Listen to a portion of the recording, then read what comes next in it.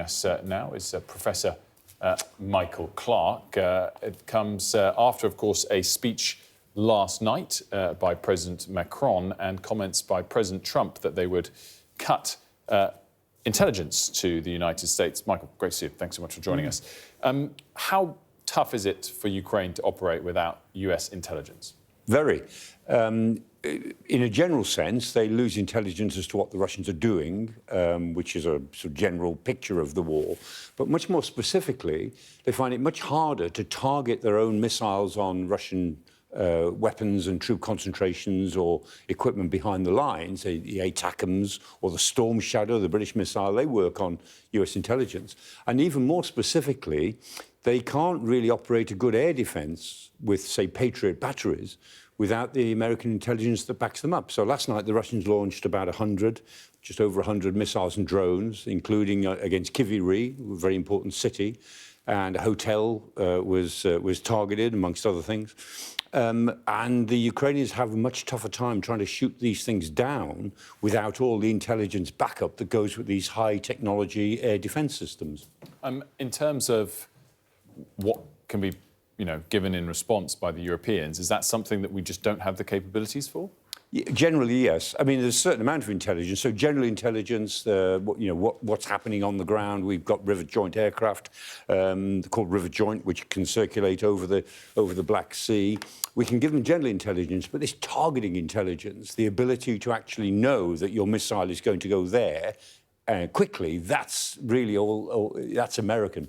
And it's timeliness. You can work these things out if you're given enough time. But the thing about US intelligence is it's more or less instant. So if the Russians move material around, they can get coordinates on it and they can launch a missile against it. With American intelligence, can't do that without it. So in light of all of this, and obviously developments of the last couple of weeks, were you unsurprised to hear President Macron say last night that we do need to be prepared potentially for a future without American support? No, I mean, this has been on the way for some time. I think those of us in the analytical community could see this happening over the next 5 to 10 years.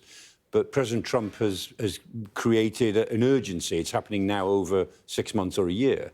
And NATO is absolutely on the line now. Whether the NATO will continue, but whether it's a meaningful transatlantic relationship at a military level is now on the line. But a lot of us have been saying, look, the Americans are going to take their equipment out of Europe, particularly all the enablers, like the intelligence, like the air transport, like refueling, all those things that they give to the Europeans. They'll take them out and move them to the Pacific at some point in the next few years. We've got to be ready for that.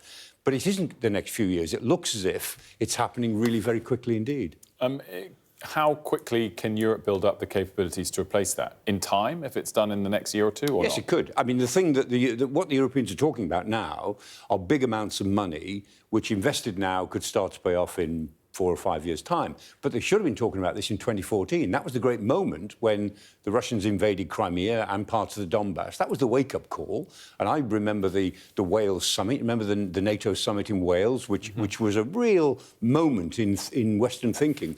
And the Allies sort of made declarations and they ticked a lot of boxes, but they didn't really take it seriously. In terms of how you're reading President Trump right now, I guess some of your answers already point to this, but we had the big threat over the weekend. Then there was the sort of making up the letter that was sent by Zelenskyy to Trump, and then the intelligence being pulled afterwards. What's your ultimate conclusion? That Ukraine is on its own, or that a US backstop might still return? We don't know, is the short answer. Ukraine isn't on its own because it's got most of the Europeans behind it. But, I mean, they're scrambling to make meaningful what they can really offer that Ukraine needs in the immediate term. The apologists for President Trump say, look, it's all about strategy. Don't worry about his tactics. His tactics are always to break things and create chaos. And he pulls a rabbit out of the hat at the end of the show. And his strategy is to stop the fighting and to leave Ukraine as a strong, independent, sovereign state. That's his strategy. That's where we want to get to. Well, that's fine if that's what he comes to. But with the exception of one off-the-cuff remark he made, everything he's said and everything the administration has done is completely against that. And so it's a carrot and stick approach. But all the carrots are being offered to Russia and all the sticks are being used to beat Ukraine. I mean, every day they beat up Ukraine. I mean, the Republicans in the administration, the Republican backers, they lose no opportunity to insult Zelenskyy, insult the Ukrainians. And yet Russia is not being asked for anything at the moment. So all the carrots are going to Russia, all the sticks are being used against Ukraine. Okay, different sort of tack now questions. In terms of what the money is spent on in the next 3 to 5 years, how good is our domestic defence industry? I know 10, 20 years ago it was really incredible. We've still got some big players. Can we rebuild our defence and military just by using either UK-specific or European providers, or is it going to be buying a lot from America? Well, a lot of what you call European providers are actually transatlantic because, European companies are part of the American system. American companies are in Europe. Lockheed Martin, for instance, Boeing, they've got big interests in European defence industries. What's happened over the last 15, 20 years is that defence industries have consolidated because the orders weren't there, because there was less and less defence spending. So they consolidated in just a few big industries. So in Britain, for instance, BAE Systems are far and away our biggest defence industry, and they're a big international player. But lots of companies that used to exist are now all part of BAE Systems. So can they expand? Well, yes, they can, but they're going to have to do it over a period. And I think we will find that the government's defence review is still in process, our government's defence review. But I think for the rest of this year, I think you'll find the government talking on the back of that defence review about new relationships with industry. But just snapshot for us. I mean, if we look at banks, our banks are put to shame by the scale and size of the American banks. We look at the big tech firms, they've got 7 companies worth $1 trillion. The whole FTSE 100 is hardly worth that much. But on defence, Lockheed is way bigger, Boeing is way bigger, but BAE Systems, Thales, they're big players. We still make almost the best defence equipment in the world, or is that generous? In some areas, no. In some areas they do. So they're good on shipbuilding. They're good on aerospace. GCAP, the Global Combat Air Programme, is a British, Japanese, Italian joint programme, 6th generation aircraft.